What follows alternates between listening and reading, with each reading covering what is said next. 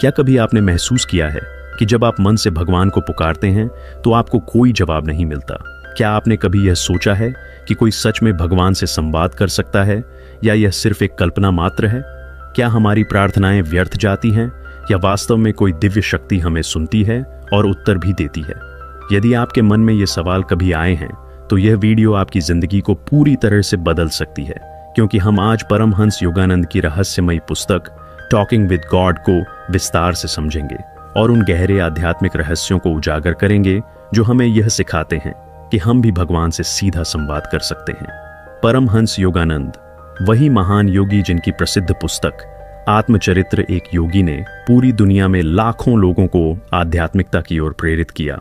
उन्होंने अपनी एक अन्य पुस्तक गॉड से बातें में ईश्वर से बात करने के गूढ़ रहस्य बताए हैं। यह कोई साधारण किताब नहीं है, बल्कि यह एक ऐसा आध्यात्मिक मार्गदर्शन है जो हमें यह समझाता है कि ईश्वर से जुड़ने के लिए सिर्फ मंदिरों में जाना या प्रार्थना करना ही काफी नहीं है, बल्कि इसके लिए हमें अपने भीतर की चेतना को जागृत करना होगा। लेकिन ध्यान दें, इन रहस्यों को समझना और अपनाना हर किसी के बस की बात नहीं। आज हम इस पुस्तक की गहराई में उतरकर उन 10 महत्वपूर्ण रहस्यों को जानेंगे जिनके माध्यम से आप भी भगवान से संवाद कर सकते हैं। ये रहस्य सिर्फ साधारण ज्ञान नहीं है, बल्कि यह गहरे आध्यात्मिक सिद्धांत हैं जिनका पालन करने से आपके जीवन में एक अद्भुत बदलाव आ सकता है।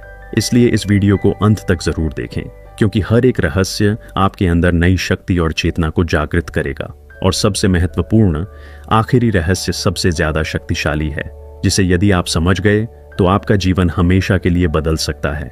पहला रहस्य, क्यों नहीं सुनते भगवान हमारी बात? हम सभी अपने जीवन में कभी ना कभी भगवान से प्रार्थना करते हैं।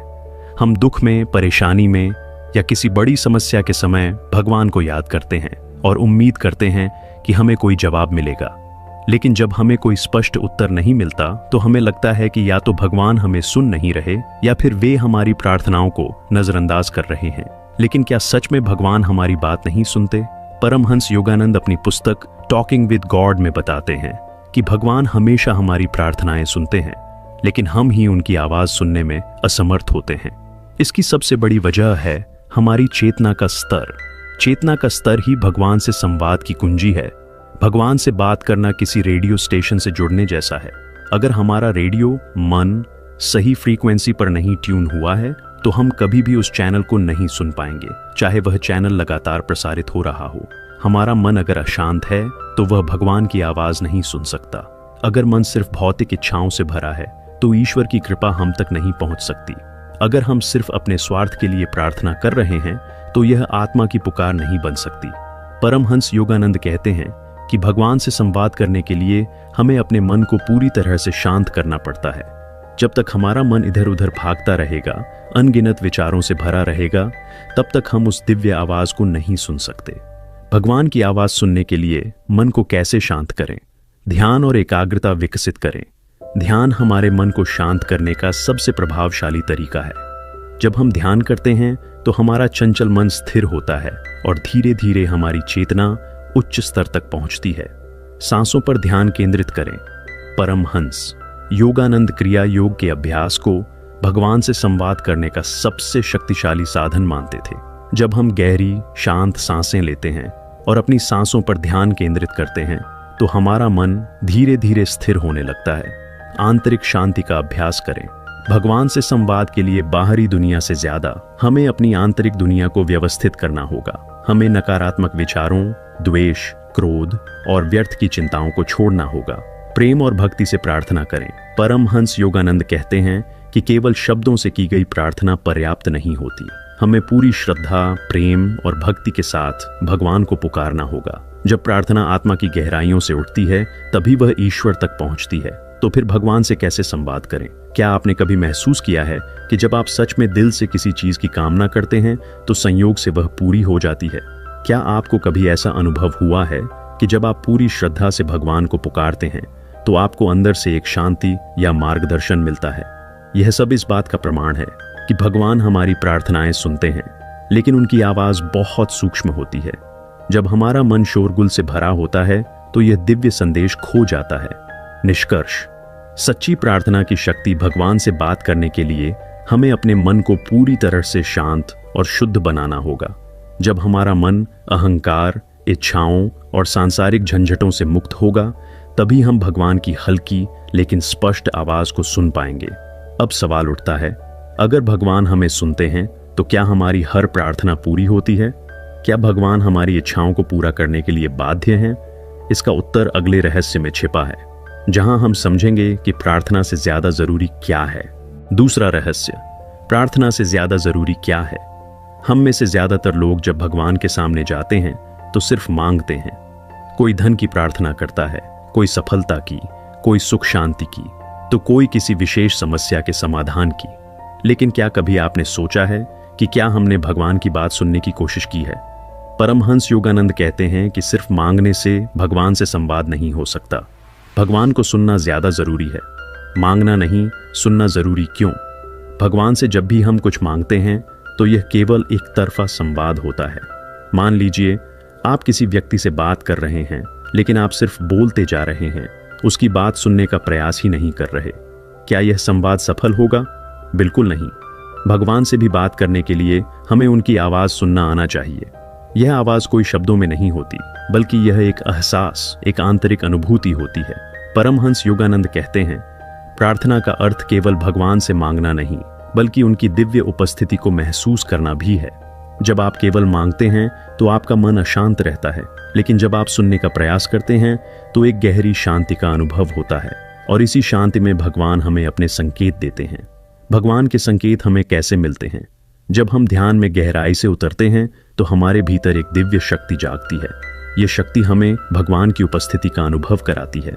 यह हमें सही मार्ग दिखाती है, हमारी समस्याओं का समाधान देती है, और सबसे महत्वपूर्ण, यह हमें एहसास कराती है कि भगवान कहीं बाहर नहीं, हमारे भीतर ही हैं। लेकिन यहाँ एक महत्वपूर्ण सवाल आता है, हम भगवान की बात कैसे सुने? इसके लिए ध्यान का अभ्यास सबसे जरूरी है। जब आप सही विधि से ध्यान में बैठते हैं तो आपका मन एक शांत झील की तरह हो जाता है। जिस तरह एक स्थिर झील में हम अपना प्रतिबिंब साफ देख सकते हैं, उसी तरह जब हमारा मन शांत होता है तो हमें भगवान के संकेत स्पष्ट रूप से महसूस होते हैं। परमहंस योगानंद अपनी पुस्तक में कहते हैं कि ईश्वर से वार्तालाप करने का सबसे शक्तिशाली तरीका ध्यान ही है। जब हम गहरी साधना में उतरते हैं तो हम सिर्फ अपने विचारों को नहीं सुनते, बल्कि भगवान की उपस्थिति को भी अनुभव करते हैं। ध्यान के बिना प्रार्थना अधूरी क्यों है? अगर आप किसी से बात करते समय उसका जवाब सुनने को तैयार ही नहीं हैं, तो आप कभी सही संवाद नहीं कर सकते। इसी तरह अगर आप भगवान से बात करना चाहते हैं तो आपको उनकी उपस्थिति को महसूस करना आना चाहिए। सिर्फ शब्दों में प्रार्थना करने से कुछ नहीं होगा, जब तक कि आप उनकी दिव्य उपस्थिति को अनुभव नहीं करते। लेकिन यहाँ पर सबसे बड़ा सवाल उठता है, ध्यान की सही विधि क्या है? कैसे ध्यान किया जाए जिससे हमें भगवान से उत्तर मिलने लगे? इसका जवाब आपको तीसरे रहस्य में मिलेगा, जहां हम जानेंगे कि सही ध्यान कैसे करें जिससे भगवान की ऊर्जा को महसूस किया जा सके।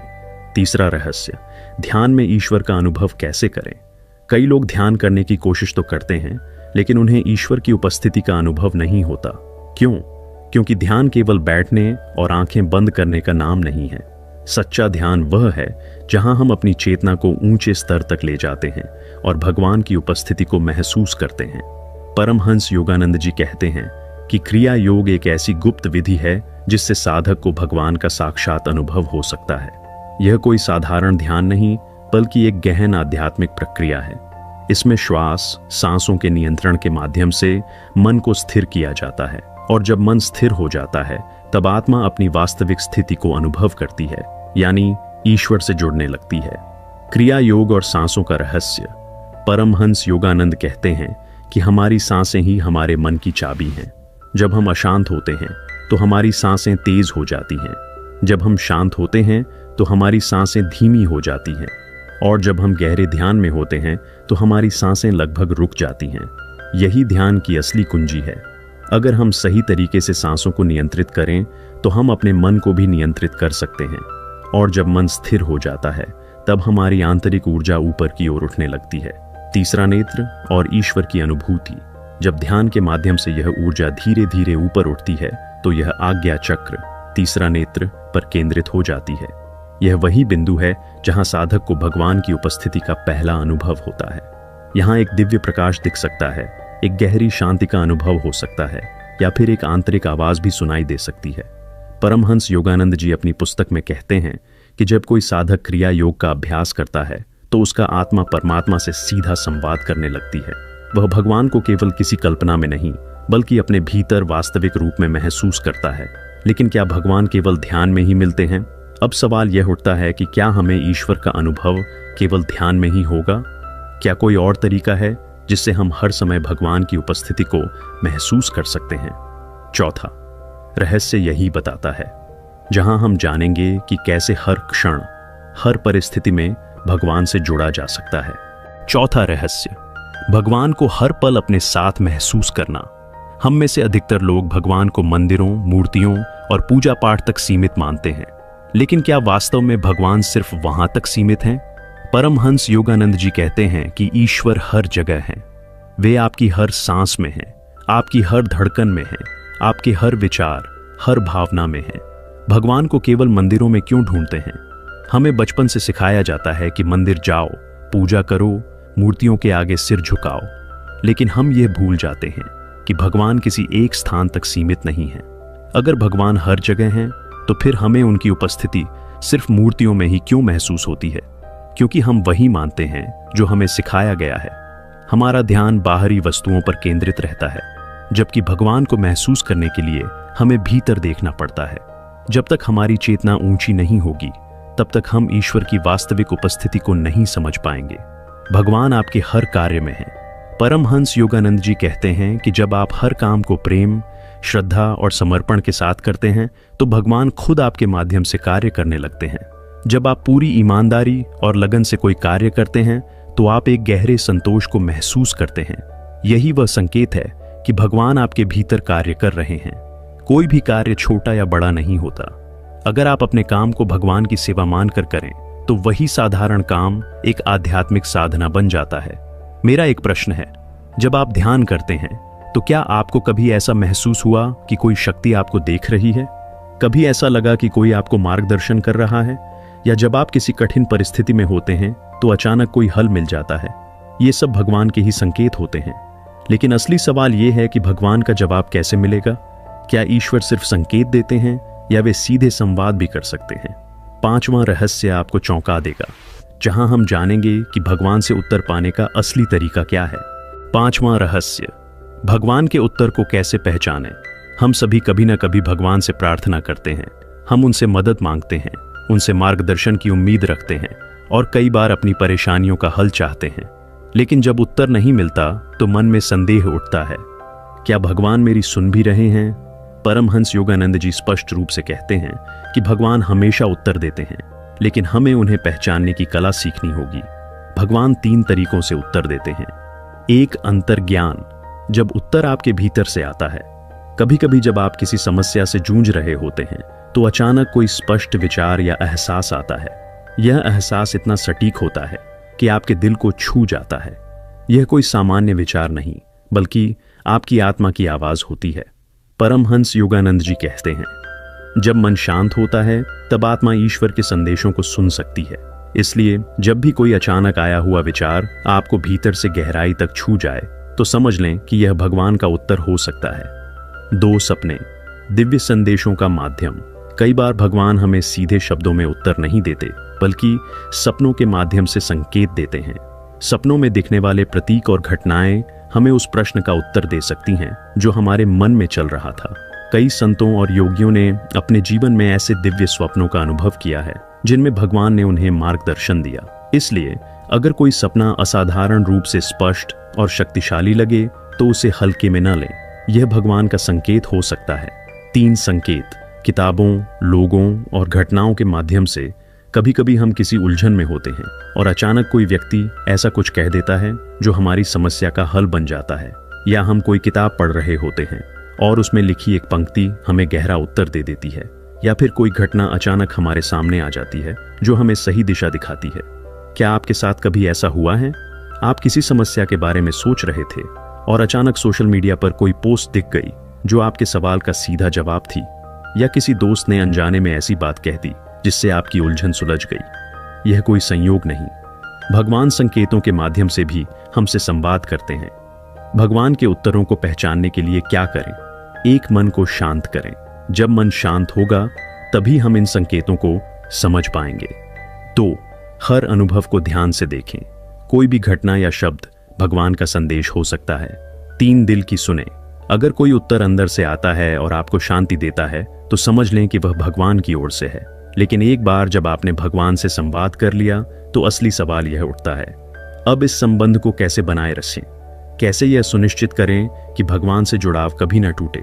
छठा रहस्य इसी से जुड़ा है और यह आपके आध्यात्मिक सफर में सबसे महत्वपूर्ण हो सकता है। छठा रहस्य, ईश्वर से रिश्ता कैसे बनाए रखें? भगवान से जुड़ना कठिन नहीं है, लेकिन उस जुड़ाव को बनाए रखना असली चुनौती है। परमहंस योगानंद जी कहते हैं, अधिकतर लोग किसी कठिन समय में भगवान को पुकारते हैं, लेकिन जैसे ही संकट टल जाता है वे उन्हें भूल जाते हैं। कई लोग ध्यान और प्रार्थना करते हैं, लेकिन कुछ ही दिनों बाद फिर से भौतिक जीवन में उलझ जाते हैं। धीरे धीरे उनकी आध्यात्मिक प्रगति रुकने लगती है और वे फिर से वही प्रश्न पूछने लगते हैं, भगवान क्यों नहीं सुनते? भगवान से रिश्ता बनाए रखने के 3 नियम। 1, नियमित ध्यान करें, अपने मन को शुद्ध रखें। योगानंद जी बताते हैं कि नियमित ध्यान ही ईश्वर से जुड़े रहने का सबसे प्रभावी तरीका है। ध्यान केवल एक अभ्यास नहीं, बल्कि ईश्वर के साथ एक जीवंत रिश्ता है। जैसे किसी इंसान से रोज बात करने से रिश्ता गहरा होता है, वैसे ही नियमित ध्यान से ईश्वर से जुड़ाव मजबूत होता है। अगर आप बीच में ध्यान छोड़ देते हैं तो वह रिश्ता धीरे धीरे कमजोर होने लगता है। क्या आपने कभी महसूस किया है कि जब आप ध्यान करना बंद कर देते हैं तो मन फिर से अशांत होने लगता है? इसका कारण यही है कि ध्यान के बिना हमारा मन बाहरी दुनिया की ओर बहने लगता है और हम ईश्वर से दूर हो जाते हैं। 2, सत्संग करें, सही संगति में रहें। योगानंद जी कहते हैं कि जिस माहौल में आप रहते हैं वही आपकी चेतना का निर्माण करता है। अगर आप ऐसे लोगों के साथ रहते हैं जो नकारात्मकता और भौतिक सुखों में ही डूबे रहते हैं तो आपका मन भी उसी दिशा में जाने लगेगा। लेकिन अगर आप आध्यात्मिक लोगों की संगति में रहेंगे तो आपका मन भी ऊंची चेतना की ओर आकर्षित होगा। संतों, गुरुओं और अच्छे मित्रों की संगति आपको हमेशा आध्यात्मिक ऊर्जाओं से भरा रखेगी। अगर आप व्यक्तिगत रूप से सत्संग में नहीं जा सकते तो आध्यात्मिक किताबें पढ़ें, महान संतों के प्रवचन सुनें और ध्यान के समूहों से जुड़े रहें। 3, अच्छे विचारों की धारा बनाए रखें, अपने मन को शुद्ध करें। ईश्वर से जुड़ने के लिए सिर्फ ध्यान और सत्संग ही काफी नहीं, बल्कि आपके विचारों की शुद्धता भी उतनी ही जरूरी है। जब आप नकारात्मक विचारों में डूब जाते हैं तो आपकी ऊर्जा नीचे गिरने लगती है। भगवान से जुड़ने के लिए मन को सकारात्मक, शांत और प्रेम से भरा रखना पड़ता है। तो इसका हल क्या है? प्रतिदिन स्वयं से पूछें, क्या मेरे विचार, शब्द और कर्म मुझे ईश्वर के करीब ला रहे हैं या दूर ले जा रहे हैं? भगवान से जुड़े रहने के लिए क्या करें? 1, नियमित ध्यान करें, इसे किसी भी हाल में न छोड़ें। 2, सत्संग का हिस्सा बने, सही संगति आपके आध्यात्मिक पथ को मजबूत करेगी। 3, अपने विचारों पर नियंत्रण रखें, नकारात्मकता से बचें और प्रेम, दया और करुणा को अपनाएं। लेकिन क्या हर कोई भगवान तक पहुंच सकता है? क्या यह रास्ता सभी के लिए खुला है या सिर्फ कुछ खास लोगों के लिए? 7वां रहस्य इस सबसे बड़े भ्रम को तोड़ देगा। 7वां रहस्य, क्या भगवान सिर्फ खास लोगों से ही बात करते हैं? क्या भगवान सिर्फ संतों और योगियों से बात करते हैं? क्या आम इंसान कभी ईश्वर का उत्तर नहीं पा सकता? यह सबसे बड़ा भ्रम है। परमहंस योगानंद जी स्पष्ट रूप से कहते हैं, ईश्वर किसी भी व्यक्ति से बात कर सकते हैं, चाहे वह कोई महान योगी हो या साधारण मनुष्य। बस एक शर्त है, सच्ची भक्ति और हृदय की पवित्रता। भगवान किसी खास वर्ग या विशेष लोगों तक सीमित नहीं है, वो हर आत्मा के भीतर रहते हैं। हर इंसान में उनके दर्शन किए जा सकते हैं। भगवान से जुड़ने के लिए जरूरी 2 बातें, हृदय की सच्चाई और भक्ति। भगवान तक पहुंचने के लिए कोई जटिल प्रक्रिया नहीं है। किसी भी व्यक्ति को सिर्फ अपने हृदय की गहराइयों से पुकारना होता है। भक्ति में गहराई और सच्चाई होनी चाहिए, फिर चाहे वह प्रार्थना किसी भी भाषा में हो। कभी कभी हम सोचते हैं कि हमारी प्रार्थना भगवान तक नहीं पहुंची, लेकिन सच्चाई ये है, भगवान हर पुकार सुनते हैं, लेकिन हमें उनके उत्तर को पहचानना नहीं आता। जब मन अहंकार, भय और संदेह से मुक्त होता है, तब भगवान का उत्तर स्पष्ट रूप से सुनाई देता है। आत्मा के भीतर ईश्वर को जागृत करना। योगानंद जी कहते हैं कि भगवान बाहर नहीं, बल्कि हमारे भीतर ही रहते हैं। जब हम भीतर की यात्रा करते हैं तो हमें ईश्वर की मौजूदगी का एहसास होने लगता है। हर आत्मा में एक दिव्य चिंगारी होती है, लेकिन हमें इसे पहचानने और जगाने की जरूरत है। तो क्या सच में कोई भी भगवान से बात कर सकता है? हाँ, अगर आप सच्चे हृदय से पुकारें और उनके उत्तर को समझने की क्षमता विकसित करें। लेकिन सवाल उठता है, क्या भगवान का उत्तर तुरंत मिलता है? अगर हमें उत्तर नहीं मिले तो हमें क्या करना चाहिए? अब आखिरी रहस्य को जानकर आप चौंक जाएंगे, क्योंकि ये सब कुछ बदल सकता है। 8वां रहस्य, सबसे महत्वपूर्ण सत्य। हमने जाना कि भगवान से संवाद करने के लिए ध्यान, अंतर्ज्ञान, प्रेम और विश्वास की जरूरत होती है। लेकिन परमहंस योगानंद कहते हैं कि ईश्वर से बात करने के लिए सबसे जरूरी चीज सिर्फ एक है, समर्पण। समर्पण का वास्तविक अर्थ क्या है? जब आप अपने अहंकार को पूरी तरह छोड़ देते हैं, जब आप अपनी इच्छाओं को भगवान की इच्छा के आगे समर्पित कर देते हैं, जब आप यह स्वीकार कर लेते हैं कि जो कुछ हो रहा है वही मेरे लिए सही है, तभी आप ईश्वर की वास्तविक उपस्थिति को अनुभव कर सकते हैं। समर्पण का सबसे बड़ा उदाहरण भगवान श्री कृष्ण ने अर्जुन से कहा, सभी कर्म मुझे समर्पित कर दो और निष्काम भाव से अपना कर्तव्य निभाओ। रामकृष्ण परमहंस कहते थे, जब एक बच्चा अपनी माँ की गोद में होता है तो उसे किसी चीज की चिंता नहीं होती। वैसे ही जब मनुष्य ईश्वर की गोद में समर्पण कर देता है तो उसे किसी बात का भय नहीं रहता। समर्पण से ही ईश्वर से सीधा संवाद संभव है। जब आप ईश्वर के प्रति पूरी श्रद्धा और समर्पण से अपने जीवन को समर्पित कर देते हैं, तब आपको शब्दों की जरूरत नहीं पड़ती। भगवान बिना बोले भी आपका हर भाव समझ लेते हैं। अब सवाल सिर्फ एक है, क्या आप आज से भगवान के प्रति संपूर्ण समर्पण करने के लिए तैयार हैं? क्या आप अपनी इच्छाओं और अहंकार को त्याग कर खुद को ईश्वर की इच्छा के अनुसार प्रवाहित होने देंगे? क्या आप भगवान से सिर्फ मांगना बंद कर उन्हें अपने जीवन का मार्गदर्शक बनने देंगे? याद रखें, जो समर्पण कर देता है वही भगवान से सच्ची बात कर सकता है। अगर यह ज्ञान आपके लिए मूल्यवान रहा तो इसे दूसरों तक जरूर पहुंचाए। 9वां रहस्य, क्या ईश्वर हमारी हर प्रार्थना को पूरा करते हैं? हम सब ने कभी न कभी भगवान से कुछ मांगा है, धन, सफलता, प्रेम, स्वास्थ्य, लेकिन हर बार हमारी प्रार्थना पूरी नहीं होती। तो क्या इसका मतलब यह है कि भगवान हमारी बातें सुनते ही नहीं? परमहंस योगानंद जी कहते हैं, ईश्वर हमारी आत्मा के विकास के लिए वही देते हैं जो हमारे लिए सही होता है, न कि वह जो हम चाहते हैं। भगवान क्यों हमारी हर इच्छा पूरी नहीं करते? हमारी जरूरत और हमारी इच्छा में अंतर होता है। भगवान वही देते हैं जो आत्मा के विकास के लिए जरूरी हो, न कि जो हमारे अहंकार या क्षणिक सुख के लिए हो। हमारी इच्छाएं भौतिक होती हैं, लेकिन ईश्वर आत्मिक विकास चाहते हैं। जब कोई बच्चा जहर मांगता है तो क्या माँ उसे दे देती है? ठीक उसी तरह अगर कोई चीज हमारे आध्यात्मिक विकास के लिए हानिकारक है तो भगवान उसे देने से इनकार कर सकते हैं। कभी कभी भगवान हमें हमारी मांगी हुई चीज नहीं देते, बल्कि उससे भी बेहतर कुछ देने की तैयारी कर रहे होते हैं। सच्ची भक्ति सौदा नहीं होती जाता है, तो समझिए कि हमने भगवान से प्रेम नहीं किया, बल्कि उनके साथ सौदा किया था। सच्ची भक्ति का अर्थ है समर्पण। जो कुछ भी हो, मैं भगवान में विश्वास रखूंगा। असली भक्ति का रहस्य, जब हम भगवान से चीजें मांगना बंद कर देते हैं और सिर्फ उनसे जुड़ने की प्रार्थना करते हैं, तभी ईश्वर हमें अपना सच्चा रूप दिखाते हैं। तब हम उनकी उपस्थिति को अपने हर क्षण में महसूस करने लगते हैं। लेकिन क्या हमें सिर्फ प्रार्थना और ध्यान तक ही सीमित रहना चाहिए? क्या ईश्वर से जुड़ने का कोई और गहरा तरीका भी है? अगला रहस्य आपकी धारणा को बदल देगा। 10वां रहस्य, भगवान से जुड़ने का सबसे सरल और शक्तिशाली तरीका। हमने अब तक जाना कि भगवान से संवाद करने के लिए ध्यान, प्रार्थना और अंतर्ज्ञान की जरूरत होती है। लेकिन परमहंस योगानंद जी कहते हैं कि ईश्वर तक पहुंचने का सबसे सरल और शक्तिशाली तरीका है निस्वार्थ प्रेम। क्या है निस्वार्थ प्रेम? जब आप बिना किसी स्वार्थ के दूसरों की मदद करते हैं, जब आप हर प्राणी में ईश्वर का अंश देखते हैं, जब आप बिना किसी लोभ के प्यार बांटते हैं, तब आप स्वयं भगवान के निकट पहुंचने लगते हैं। भक्ति सिर्फ मंदिरों में नहीं, जीवन में होनी चाहिए। अक्सर लोग सोचते हैं कि ईश्वर तक पहुंचने के लिए मंदिरों में पूजा पाठ जरूरी है, लेकिन सच्ची भक्ति सिर्फ मंदिर में बैठकर नहीं, बल्कि रोजमर्रा के जीवन में प्रकट होती है। जब आप किसी जरूरतमंद की मदद करते हैं, जब आप किसी को माफ कर देते हैं, जब आप अपने अहंकार को छोड़कर प्रेम की भाषा बोलते हैं, तब आप ईश्वर के सबसे करीब होते हैं। भगवान सिर्फ साधकों से ही नहीं, हर प्रेमी आत्मा से बात करते हैं। भगवान केवल उन्हीं से बात नहीं करते जो गुफाओं में ध्यान करते हैं, बल्कि उन सब से भी करते हैं जो अपने दिल में प्रेम और दया रखते हैं। प्रेम और दया ही वो पुल हैं जो हमें ईश्वर तक ले जाते हैं। अब सवाल ये है, आप इस ज्ञान को अपने जीवन में कब अपनाएंगे? क्या आप आज से अपने भीतर प्रेम और करुणा का दीपक जलाने के लिए तैयार हैं? क्या आप सिर्फ भगवान से मांगने के बजाय उन्हें अपने जीवन का हिस्सा बनाने के लिए तैयार हैं? आपका जवाब ही यह तय करेगा कि आप भगवान से कितनी दूरी पर हैं या कितने करीब। वीडियो पसंद आई हो तो लाइक करें और इस दिव्य ज्ञान को दूसरों तक पहुंचाने के लिए शेयर करें।